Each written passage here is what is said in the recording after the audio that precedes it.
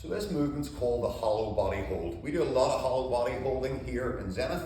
I'm a big fan of it. For me, it's probably the gold standard movement to train the abs ability to crunch or compress, okay, to kind of to shut down and hold that position and really stabilize.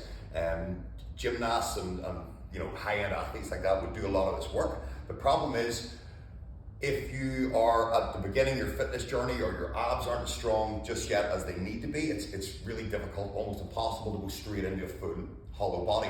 So I'll show you what a full hollow body looks like, and then I'm going to show you 3 nice progressions that you can use to build up over time into the full hollow body. What I would say is don't rush from we'll talk about level 1, level 2, level 3. Don't rush out of one level till you've really owned it and you're brilliant at it, super strong at it, okay? So for the hollow body, you're going to lie down on your back. The full hollow body will look like this, and we're going to hold this position, okay?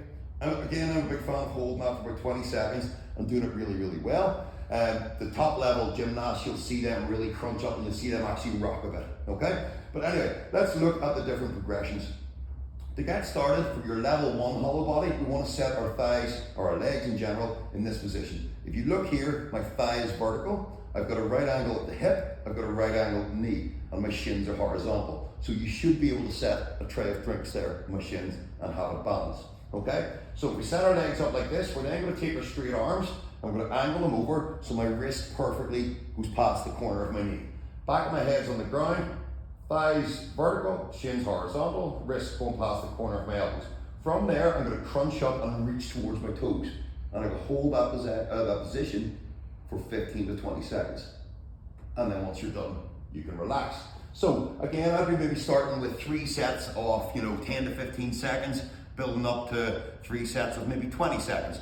Once you're able, you could even go more sets than that, you can go 3 to 5 sets.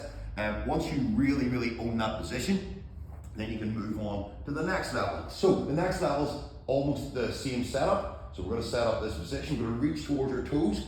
We're going to reach towards our toes first, and then once we've set that high quality crunch or compression, then we're going to reach our arms back overhead. So I'll show you what that looks like. We're going to go here, and then we're going to reach our arms back overhead. I'm going to hold that position, and then we'll relax out of that. One issue you might find with this is sometimes people crunch here, set up a nice crunch. As they reach their arms back, they actually let the crunch off and they open their abs and they lie back. So we're going to set that crunch. You can imagine your sternum and your belt buckle, closing down, coming closer together. Whenever your arms go back, you can't let the abs open and lengthen. Keep that crunch on. The only movement is coming just from the shoulder capsule itself. We're not actually opening the abs and lying back our upper body and head. And then the next progression after that is we're going to start straightening out the legs. So the first one was level 1, this one's level 2, and then we're going to go in and look at level 3. You might start like that, and then over time we'll go lower and lower and lower into it. So that would be your full level 3. Now what I have here on the ground beside me is my ruler of honesty. So for any trainers out there, it's a useful tool to have something thin like this. I would go around and try and slide this under our members' backs, kind of directly below the belly button. If you can get that under somebody's lower back, they're not crunching and compressing the abs hard enough. So if you're not a trainer, you're just someone who likes to exercise and you're watching this video for knowledge on that, I want you to just imagine if someone is trying to slide a ruler under my lower back, would they be able to, okay? It's quite common if someone goes out into your level 3, which is your legs outstretched, you'd start pulling the abs open a bit and creating that bit of a gap on the lower back. So crunch down hard, push your lower back down into the ground, or sometimes we talk about grabbing the ground, okay?